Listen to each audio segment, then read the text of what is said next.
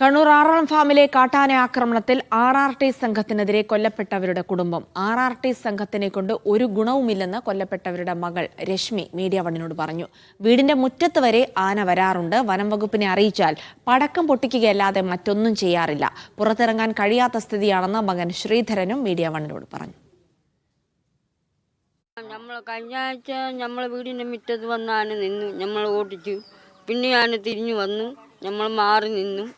പിന്നെ ഇന്നലത്തെ കാര്യം പിന്നെ എൻ്റെ അച്ഛനും പോയി. അതുങ്ങളോട് ഞാൻ പോകണ്ടെന്ന് പറഞ്ഞു. നിങ്ങൾ പറവിന് പോയതെന്ന് ഇന്നലെ നമ്മളാരില്ലായിരുന്നു. നമ്മളെല്ലാം പണിക്ക് പോയത് തന്നെ നിങ്ങൾ പോയി. അതുകൊണ്ട് എനിക്ക് ഒത്തിരി വലിയ സങ്കടം. എനിക്ക് ഭയങ്കര വിഷമായി പോയതുകൊണ്ട് ആനേനെ നടിയിൽ എങ്ങനെയും രക്ഷപ്പെട്ടാൽ മതിയായിരുന്നു. സംഭവിച്ചത് അവർ വണ്ടിപ്പുറക്കം പോയതാ. കഷ്ണ വണ്ടി അച്ഛനമ്മനെ എത്തില്ലെന്ന് പറഞ്ഞിട്ട് പെണ്ണ് വന്ന് പറഞ്ഞു.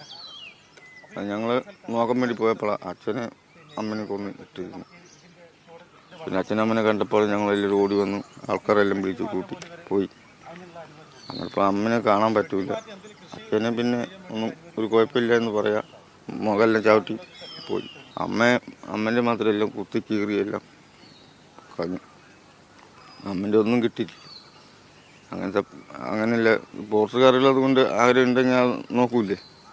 ഇത് അവരും വരുന്നില്ല.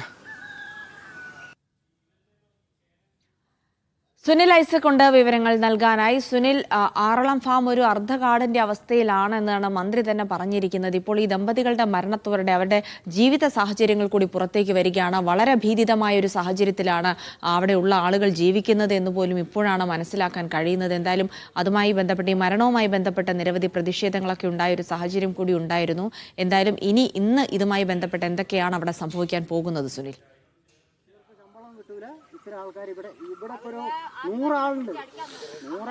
ജിൽസി, ഇന്നലെ കാട്ടാന ആക്രമണം ഉണ്ടായ ആറളം ഫാമിലെ 13-ാം ബ്ലോക്കിലാണ് ഞാനുള്ളത്. വലിയ പ്രതിഷേധം ഇപ്പോഴും ഇവിടെ നിലനിൽക്കുന്നു. ഇന്നലെ രാത്രി ഏറെ വൈകിയും വലിയ പ്രതിഷേധങ്ങൾ ഉണ്ടായി. അതിനുശേഷമാണ് രാത്രി 12:30 മൃതദേഹം ഇവിടെ നിന്ന് മാറ്റാൻ കഴിഞ്ഞത്.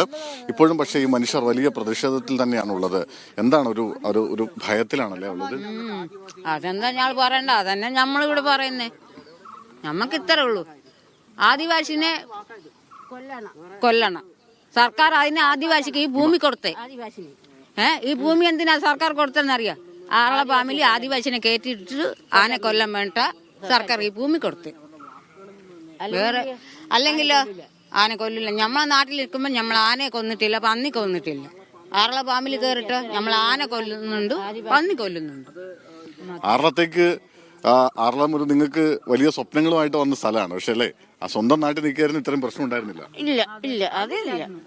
ഇവിടെ വന്നിട്ട് ഞങ്ങൾക്ക് ഇത് ഉള്ളത് സംഭവം നടക്കുന്നത്. സ്വന്തം തന്നു കഴിഞ്ഞ സർക്കാർ അതിനെ കൂടെ എന്താ കാര്യമുള്ളത്? മരിക്കാനാ? മരിക്കാൻ തന്ന ഭൂമിന് മരിക്കണം. ജീവിക്കാൻ തന്ന സ്ഥലമല്ല ഇത്. മരിക്കാൻ തന്നത് ആദിവാസി. ചേച്ചി, എല്ലാരും ഒന്ന് പുറത്തിറങ്ങാൻ പോലും വയ്യാത്ത സാഹചര്യത്തിലേക്ക് എത്തിയല്ലേ? അവസ്ഥ അങ്ങനെ ആയി അല്ലേ? നിങ്ങള് അതായത് കുറേ ആളുകൾ, കുറച്ച് ആളുകളുടെ പ്രതികരണം എടുത്ത് പോകാമെന്ന് എനിക്ക് തോന്നുന്നു. അത് പ്രധാനപ്പെട്ട ഒരു വിഷയം അത് തന്നെയാണ്. അതായത് നമ്മളിപ്പോൾ സംസാരിക്കുമ്പോൾ പറഞ്ഞിരുന്ന കാര്യം, അതായത് ചേട്ടാ പറഞ്ഞൊരു കാര്യം എന്ന് വെച്ചാൽ, ഇവിടെ ഇങ്ങോട്ടേക്ക് വരും, എല്ലാ വീടിന്റെയും വീട്ടിലോട് ഒരു ഏണി ചാരി വെച്ചിട്ടുണ്ട്. ആനേനെ പേടിച്ചിട്ടാണോ? അതെ, ആന പേടിച്ചിട്ടാ. കാരണം വെച്ചാലുണ്ടല്ലോ, ഇത് വീട്ടിൽ തിന്നന്റെ മേലോട്ടാ ഇത് കയറി വരുന്നേ ആന. അപ്പോ ഇവര് പേടിച്ചിട്ട് അപ്പുറത്തെ കൂടി കയറിയിട്ട് അടിക്കള കൂടി ഇറങ്ങിയിട്ട് ഏണിയുടെ മേലെ കയറാൻ വേണ്ടി. അതാണോ എല്ലാ വീട്ടിലും ഏണി വെക്കാൻ കാരണം. ഈ RRT സംഘത്തെ കൊണ്ട് ഗുണമൊന്നും ഇല്ലെന്നാണല്ലോ എല്ലാരും പറയുന്നത്. ഒരു ഗുണവും ഇല്ല. ആന എപ്പോഴും പറയും തെളിച്ചു വിടാന്ന് പറഞ്ഞു. ആനെ തെളിച്ചു കൊണ്ട് വന്നിട്ട് ഇവിടെ കൊണ്ടാക്കും, ഈ ഓടേന്റെ അകത്തും. ഇവിടുന്ന് ഈ പിള്ളേരും പെണ്ണുങ്ങളെല്ലാം പിള്ളേരും ഇതിലെ കളിച്ചു നടക്കും. പെണ്ണുങ്ങൾ വിറകിനും പോകും. അവരാണെങ്കിൽ അവരവിടുന്ന് അനങ്ങൂല. അവരവിടുന്ന് അനങ്ങണ്ടേ? അവർക്ക് കൊടുത്ത ജോലി അവർ ചെയ്യണ്ടേ? അവർ ചെയ്യില്ല. അവർക്ക് കാട്ടിൽ കയറി അന്വേഷിക്കേണ്ട അധികാരം ഈ ഫോറസ്റ്റുകാർക്ക് ഉണ്ട്. പക്ഷെ ഇവർ അനങ്ങൂല. ഇവർ ജീപ്പിൻ്റെ അകത്തുനിന്ന് ഇറങ്ങുന്നില്ല. ഇവൻ്റെ മേലെ അല്ലാണ്ട് അവർ ഈ കാട്ടിൽ കൂടെ ഈ റോഡിൽ കൂടി അവർ വരൂല. അങ്ങനെയുള്ള പിന്നെ ഇവർക്ക് ഇവിടെ ഒരു ജോലി കൊടുക്കാൻ പാടില്ല. ഇവരെ ഇവിടെ നിന്ന് മാറ്റണം.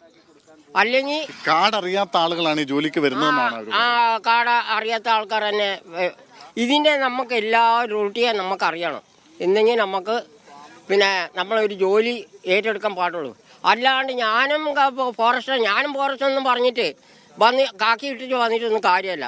കാരണം ഇതിന് നല്ല പരിചയം വേണം. ഇതിൻ്റെ പരിചയമുള്ള ആൾക്ക്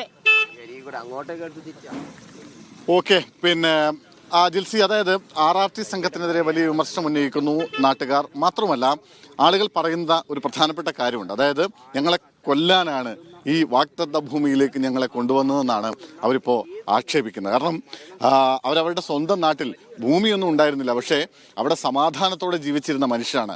ആ മനുഷ്യരെ ഈ കാട്ടിലേക്ക് ആനയും പന്നിയും പുലിയും കടുവയും ഒക്കെയുള്ള ഈ കാട്ടിലേക്ക് അവരെ ഇവിടെ കൊണ്ടുവന്നത് അവരെ കൊല്ലാനായി സർക്കാർ അയക്കുന്ന സാഹചര്യമാണ് ഇവിടെ ഉണ്ടാകുന്നതെന്ന പരാതിയാണ് അവർ ഈ സർക്കാരിനെതിരെ ഉന്നയിക്കുന്നത്. വലിയ പ്രശ്നത്തിലാണല്ലേ ഉള്ളത്? കാട്ടാന എത്ര തുരത്തിയിട്ടും തിരിച്ചു വന്നുകൊണ്ടിരിക്കുകയാണ്. എങ്ങനെയാ ജീവിക്കുക? നമ്മളിവിടെ ജീവിക്കുന്ന നമ്മളെ ഈ കാട്ടിൽ കൊണ്ട് വിട്ടാ വരും. അതുകൊണ്ട് ഇപ്പോൾ നമുക്ക് വേറെ ഭൂമിയൊക്കെ മേടിച്ച് തരാമെന്നും പറഞ്ഞിട്ട് ഈ കാട്ടിൽ കൊണ്ടിട്ട് ആനുള്ള സ്ഥലത്ത് നമ്മളെന്ത് ചെയ്യാൻ? മുറ്റത്ത് പോലും ഇറങ്ങാൻ പറ്റാത്ത അവസ്ഥയാണ്. ഓക്കെ ജിൽസി, അത് ആറളത്തേക്ക് ഭൂമി നൽകുമ്പോൾ വലിയ പ്രതീക്ഷയോടുകൂടിയാണ് സംസ്ഥാനത്തിന്റെ വിവിധ ഭാഗങ്ങളിൽ നിന്നുള്ള നൂറുകണക്കിന് ആദിവാസികൾ ഇവിടേക്ക് എത്തുന്നത്. ഏതാണ്ട് 3500ഓളം ഏക്കർ ഭൂമിയാണ് ഇവിടെ പല മനുഷ്യർക്കായി പല നാടുകളിൽ നിന്നായിട്ടുള്ള ആദിവാസികൾക്ക് പതിച്ചു കൊടുക്കുന്നത്. പക്ഷേ അന്ന് മുതൽ ഇങ്ങോട്ടേക്കുള്ള കണക്കെടുത്താൽ ഏതാണ്ട് 17ഓളം ആളുകൾ ഇതിനോടകം തന്നെ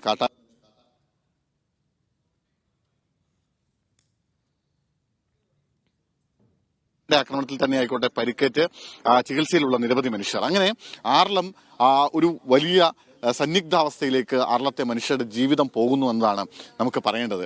നോക്കൂ ജിൽസി, ഞാൻ ഇപ്പോൾ നേരത്തെ പറഞ്ഞ ഒരു കാര്യം കൂടി നമുക്ക് പോകണം. അതായത് ഓരോ വീടിന്റെയും പുറകിൽ വീടിന്റെയും പിൻവശത്തായി ഓരോ ഏണി ഇങ്ങനെ ചാരി വെച്ചിരിക്കുന്ന കാഴ്ച കാണാം. നമുക്ക് എല്ലാ വീടിന്റെയും പിൻഭാഗത്തേക്ക് നോക്കിയാൽ ഏണികൾ ഇങ്ങനെ ചാരി വെച്ചിട്ടുണ്ട്.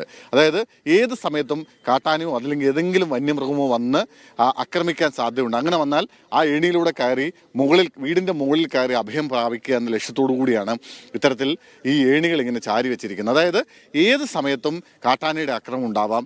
അങ്ങനെ ഭയന്ന് ജീവിക്കുന്ന കുറേ മനുഷ്യർ, അവർക്ക് കൊടുത്തിരിക്കുന്ന ഭൂമിയിൽ പോലും ഇറങ്ങി ഒരു കൃഷി പോലും ചെയ്യാൻ കഴിയാത്ത സാഹചര്യം. അങ്ങനെ വലിയ പ്രതിസന്ധിയിലൂടെയാണ് ആറളത്തെ മനുഷ്യർ കടന്നു പോകുന്നത്. അതിൻ്റെ ഒരു പ്രതിഷേധം വലിയ തോതിൽ ഇവിടെ ഉയരുന്നുമുണ്ട്. അത് കഴിഞ്ഞ കുറേ മണിക്കൂറുകൾ നമ്മൾ കഴിഞ്ഞ രാത്രികളൊക്കെ കണ്ടതാണ് ആ പ്രതിഷേധം. എന്തായാലും 12:30 മണിയോടുകൂടിയാണ് സബ് കളക്ടർ അടക്കമുള്ള ആളുകൾ ഇവിടെ എത്തി ജനപ്രതിനിധികളുമായി ചർച്ച നടത്തി അവർ നാട്ടുകാരുമായി സംസാരിച്ച് അതിനുശേഷമാണ് മൃതദേഹങ്ങൾ ഇന്നലെ വിട്ടുകൊടുക്കാൻ തയ്യാറായത്. ആ മൃതദേഹങ്ങൾ ഇപ്പോൾ പരിയാരം മെഡിക്കൽ കോളേജ് ആശുപത്രിയിലാണുള്ളത്. 10 മണിയോടുകൂടി പോസ്റ്റ്മോർട്ടം നടപടികൾ പൂർത്തിയാവും. അതിനുശേഷം മൃതദേഹം ഇവർക്ക് ബന്ധുക്കൾക്ക് വിട്ടുകൊടുക്കുമെന്നാണ് അറിയിച്ചിരിക്കുന്നത്. ഇവിടെ തൊട്ടടുത്ത് തന്നെയാണ്, ഞാൻ നിൽക്കുന്നതിന് തൊട്ടപ്പുറം തന്നെയാണ് ഇവരുടെ വീട്. അവിടെയായിരിക്കും സംസ്കാര ചടങ്ങുകൾ നടക്കുക. അതിനുള്ള ഒരുക്കങ്ങളൊക്കെ ആരംഭിക്കുകയും ചെയ്തിട്ടുണ്ട്. അതിനുശേഷം 10 മണിയോടുകൂടി കളക്ടറുടെ നേതൃത്വത്തിൽ ഒരു ഉന്നത തല ഉദ്യോഗസ്ഥരുടെ യോഗം ഇവിടെ ആറളം പഞ്ചായത്ത് ഓഫീസിൽ ആറളം ഫാം ഓഫീസിൽ വിളിച്ചു ചേർത്തിട്ടുണ്ട്. ആ ഫാം ഓഫീസിലെ യോഗത്തിൽ ഈ പ്രധാനപ്പെട്ട ചില തീരുമാനങ്ങൾ ഇതുമായി ബന്ധപ്പെട്ടുണ്ടാകുമെന്നാണ് ജില്ലാ ഭരണകൂടമൊക്കെ പറയുന്നത്. പിന്നീട് 3:10 മന്ത്രി AK ശശീന്ദ്രന്റെ നേതൃത്വത്തിൽ സർവകക്ഷി യോഗവും ഇവിടെ വിളിച്ചിട്ടുണ്ട്. ആ സർവകക്ഷി യോഗത്തിൽ ഇവരുന്നയിച്ച, അതായത് ഈ ജനങ്ങൾ ഉന്നയിക്കുന്ന പ്രധാനപ്പെട്ട ചില ആവശ്യങ്ങൾ, റെയിൽ ഫെൻസിലിംഗ്, ഒപ്പം ആനമതിലിന്റെ നിർമ്മാണം പൂർത്തിയാക്കുക തുടങ്ങിയ ആവശ്യങ്ങളുണ്ട്. അത്തരം കാര്യങ്ങളിൽ അനുഭാവപൂർവമായ ഒരു നിലപാട് സർക്കാരിന്റെ ഭാഗത്തു നിന്ന് പ്രഖ്യാപനങ്ങൾ ഉണ്ടാകുമെന്നാണ് കരുതുന്നത്. എന്തായാലും കാട്ടാനയുടെ ആക്രമണത്തിൽ കൊല്ലപ്പെട്ട ദമ്പതികളുടെ അവരുടെ സഹായധനം എന്ന നിലയ്ക്ക് 10 ലക്ഷം രൂപ ഇന്ന് തന്നെ കൈമാറുമെന്ന് അറിയിക്കുകയും ചെയ്തിട്ടുണ്ട്. സാധാരണഗതിയിൽ ഇവിടെ ഓരോ കാട്ടാന ആക്രമണങ്ങൾ ഉണ്ടാകുമ്പോഴും ഇങ്ങനെ ഒരു തുച്ഛമായ നാമമാത്രമായ ഒരു തുക നൽകി ആ പ്രശ്നങ്ങൾക്ക് അല്ലെങ്കിൽ പ്രതിഷേധങ്ങളൊക്കെ തൽക്കാലത്തേക്ക് അവസാനിപ്പിക്കുന്ന ഒരു സാഹചര്യമാണ് നമ്മളിവിടെ കണ്ടുകൊണ്ടിരിക്കുന്നത്. എന്തായാലും അതിനി അനുവദിക്കാനാവില്ല. കാട്ടാന ശല്യത്തിൽ നിന്ന് ശാശ്വതമായൊരു പരിഹാരം ആവശ്യമാണ് എന്നാണ് ഇവിടുത്തെ മനുഷ്യർ പ്രധാനമായും പറയുന്നത്. ശരി സുനിൽ, എന്തായാലും നമ്മളിപ്പോൾ കണ്ടത് ആറളത്തെ ഒരു നിരാലംബരായ ഒരു കൂട്ടം ആദിവാസി മനുഷ്യരെയാണ്. അവർക്ക് എന്ത് ചെയ്യണമെന്നറിയില്ല, അവർക്ക് സംഘടിത ശേഷിയോടുകൂടെ പ്രതികരിക്കാൻ അറിയില്ല. അവർ ഏതോ രാഷ്ട്രീയ പാർട്ടിയുടെയും വോട്ട് ബാങ്ക് അല്ല. അതുകൊണ്ട് തന്നെ അവരുടെ പ്രശ്നങ്ങൾ ഓരോ തവണയും ഇത്തരം മരണങ്ങളൊക്കെ റിപ്പോർട്ട് ചെയ്യുമ്പോൾ നഷ്ടപരിഹാരം നൽകി ഒതുക്കി നിർത്തുകയാണ്. അവരിപ്പോഴും അവരുടെ വീടിൻ്റെ മുറ്റത്ത് വരെ ഇറങ്ങാൻ പറ്റാത്ത സ്ഥിതിയിലേക്ക് നിൽക്കുകയാണ്. കാരണം എപ്പോഴാണ് ആന വരുന്നത്, ആക്രമണം ഉണ്ടാകുന്നത് എന്നറിയില്ല. അതിനൊരു എപ്പോൾ വേണമെങ്കിലും നമ്മുടെ ജീവൻ നഷ്ടപ്പെടാമെന്ന ഭീതിയോടെ ജീവിക്കുന്ന ഒരു കൂട്ടം ആളുകളുടെ സാഹചര്യമാണ് ഇപ്പോൾ കണ്ടത്. ഇനിയിപ്പോൾ ഉന്നതതല യോഗം ചേരുന്നുണ്ട് വനം മന്ത്രിയുടെയൊക്കെ സാന്നിധ്യത്തിൽ. അതിലിപ്പോൾ നഷ്ടപരിഹാരം കൊടുക്കുന്നതടക്കമുള്ള കാര്യങ്ങളിലൊക്കെ തീരുമാനമുണ്ടാകും. പക്ഷേ ഇത്തരം കാര്യങ്ങളിൽ ഇവരെ അവിടെ നിന്ന് മാറ്റി പാർപ്പിക്കണോ, അല്ലെങ്കിൽ ഇവരുടെ സുരക്ഷിതമായ ഒരു ജീവിതത്തിന് അവിടെ കളമൊരുക്കാൻ കഴിയുമോ തുടങ്ങിയ കാര്യങ്ങളൊക്കെ ചർച്ച ചെയ്ത് തന്നെ ഒരു പരിഹാരത്തിലേക്ക് എത്തുക എന്നുള്ളത് എത്രത്തോളം പ്രായോഗികമാണ്, അല്ലെങ്കിൽ അതിനുള്ള